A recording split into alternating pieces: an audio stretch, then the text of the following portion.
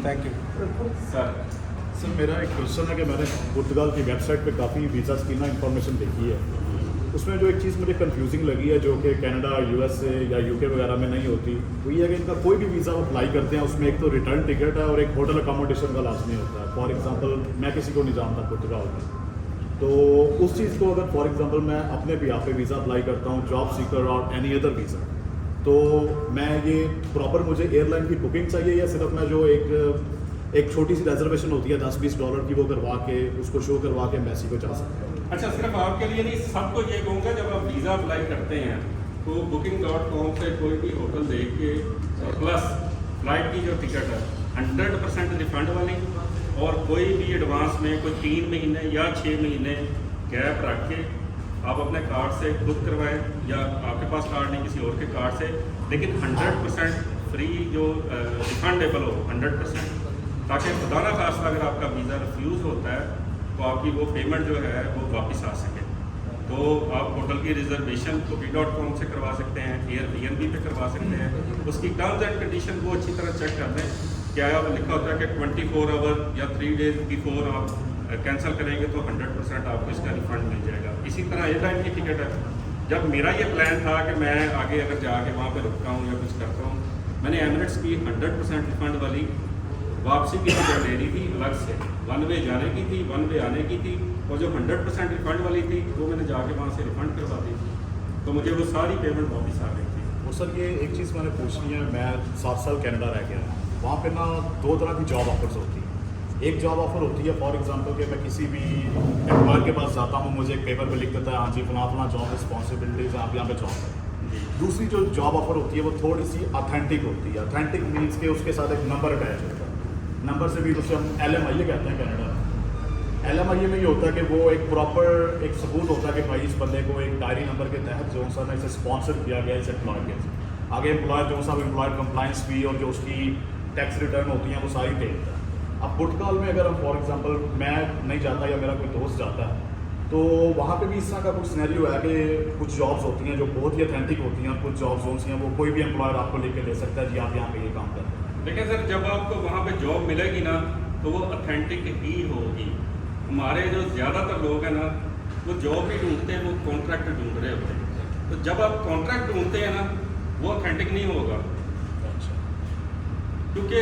कोई कंपनी का कोई सेटअप, कोई वजूद, कोई एग्जिस्टेंस उसकी होगी तो कोई उसकी आगे कोई आपको दिखाने को मिलेगी। जिन चीज़ों का आप जिक्र कर रहे हैं कि जी ये होगा वो होगा दिस एंड दैट, जो भी उसका क्राइटेरिया है, लेकिन जब आप एक जगह पे जाके काम कर रहे हैं, चाहे आप घर से कर रहे हैं, आपको आपकी वेज आ रही है, तो इसका बिल्कुल ये ऐसे ही है कि वो आप उसकी ऑथेंटिसिटी यानी आप वो चैलेंज तो कर ही नहीं सकते। आप जनरली काम कर रहे हैं, आपको सैलरी भी आ रही है, आपके टैक्सेस जो है आपका एम्प्लॉयर पे कर रहा है, तो ये उसकी ऑथेंटिसिटी है। आपको खुद उसको मज़ीद डिटेल में जाने की ज़रूरत ही नहीं है, क्योंकि वो तो बंदे हायर करके अपना काम करवा रहे हैं, उसको इससे कंसर्न नहीं है कि आप ये रेजिडेंस के लिए कर रहे हैं या आप आगे कोई अपना इमिग्रेशन की सेटलमेंट कर रहे हैं, क्योंकि वो तो आपको काम पे रख के सिर्फ आपसे काम करवा रहे हैं और उनके कोई उनका वो मकसद नहीं है। लेकिन अगर आप किसी हमारे माशाल्लाह जो कॉन्ट्रैक्ट वाले भाई हैं उनके पास जाएंगे तो कंपनी का कोई सेटअप ही नहीं होगा, उसकी कोई वहाँ पे ERS कहा जाता है जो साल की इनकम टैक्स की रिटर्न वगैरह जो होती है, तो उसमें जब आप उसको चेक करेंगे तो उस बंदे की जब कोई किसी किस्म की कोई बाइंग नहीं है, कोई सेलिंग नहीं है, कोई सर्विसेज नहीं है, वहाँ पे सिर्फ आपको एम्प्लॉयर ही शो हो रहे हैं। या फिर जो कोपेनहेगन की बात सुना रहा था तो उन्होंने मुझे बताया कि जी इटली का कोई इसी तरह वो एम्प्लॉयर था, तो उसके पास सिर्फ 6 बंदों की स्पेस थी और वहाँ पे 100 एम्प्लॉय रजिस्टर्ड थे, यानी वो सब के सब सिर्फ डॉक्यूमेंट्स लेने के लिए रजिस्टर्ड हुए थे। तो जाहिर है किसी को भी नहीं मिले, सबका टाइम भी गया, सबके वो पैसे भी ज़ाया हो गए। तो दिल भाई ये जो इसमें फॉर एग्जांपल जैसे अगर हम इसकी इमिग्रेशन की बात करते हैं कि कल को अल्टीमेट गोल तो बंदे का ये होता है कि मैंने वहाँ पे इमिग्रेशन ले किसी भी कंट्री में बंदा जाता है, तो उसमें जब बंदा पाकिस्तान का अपना एक्सपीरियंस लगाता है पॉइंट्स के लिए, तो उस एक्सपीरियंस को ये पुर्तगीज़ एम्बेसी या जो भी इदारा वहाँ पे वो हमें क्या क्या चीज़ें यहाँ से मतलब कि रिक्वायर्ड हो सकती हैं अपने एम्प्लॉयर से, उसमें job offer letter, pay stubs, ये ईच एंड एवरीथिंग हमें रिक्वायर्ड है। तो आप माशाल्लाह 6 साल कनाडा में रह के आए हैं तो आपको काफ़ी सारी चीज़ों का ऑलरेडी नॉलेज है,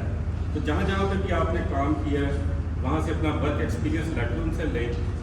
कि जी आप इस जगह पे काम कर चुके हैं और वो अपनी फाइल के साथ अटैच करें। सबसे इंपॉर्टेंट मैं सबको कहता हूँ कि कवर लेटर लाजमी लगाएं साथ, जिसमें आप अपनी सारी डिटेल खुद लिखें कि मैंने इन कंपनीज के साथ काम किया है। चाहे आप वेजेस भी लिखें, अगर आपकी प्रीवियस सैलरी स्लिप्स आपके पास मौजूद हैं वो भी लाजमी लगाएं साथ। तो ये सब चीज़ें आपको वीज़ा में आगे हेल्प करेंगी। और एक लास्ट क्वेश्चन है मेरा, ये उसके बाद नहीं होगा। जी नहीं D2 एंटरप्रेन्योर इमिग्रेशन का काफ़ी ऐड चल रहा होता है फेसबुक पे। उसमें मैं ये पूछना चाह रहा हूँ कि उसमें अक्सर कंसल्टेंट्स ने लिखा होता है नो आइल्स, नो बैंक स्टेटमेंट, कुछ भी नहीं चाहिए आपको। तो सर उसमें एंटरप्रेन्योर का मतलब होता है कि you are creating something different than others. तो